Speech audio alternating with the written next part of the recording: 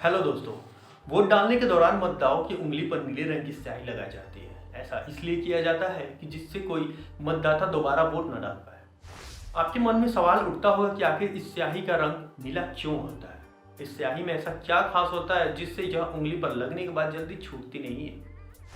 अपनी इस रिपोर्ट में आपके हर सवाल का जवाब विस्तार से देंगे। सबसे पहले जानते हैं कि कहाँ बनती है यह स्याही। इस स्याही को भारत में सिर्फ एक ही कंपनी बनाती है। दक्षिण भारत में स्थित Mysore paint and varnish limited नाम की कंपनी इस स्याही को बनाती है। जानकारी के मुताबिक इस कंपनी की स्थापना 1937 में उस समय मैसूर प्रांत के महाराज नलवाड़ी कृष्ण राज वड़यार ने की थी। सबसे महत्वपूर्ण बात यह है कि कंपनी इस चुनावी स्याही को थोक में नहीं बेचती।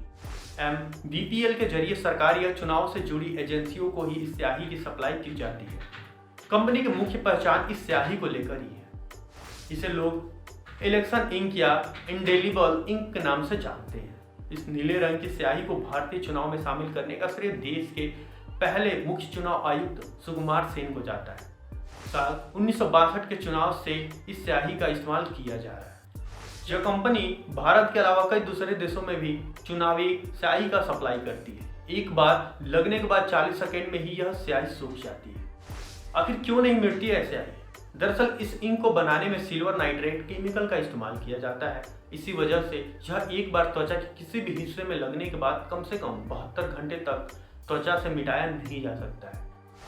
सिल्वर नाइट्रेट केमिकल को इसलिए इस्तेमाल किया जाता है क्योंकि यह पानी के संपर्क में आने के बाद काला रंग का हो जाता है और मिटता नहीं है। जब आप वोट डालने जाते हैं तो इसे उंगली पर लगाया जाता है। सिल्वर नाइट्रेट हमारे शरीर में मौजूद नमक के साथ मिलकर सिल्वर क्लोराइड बनाते हैं।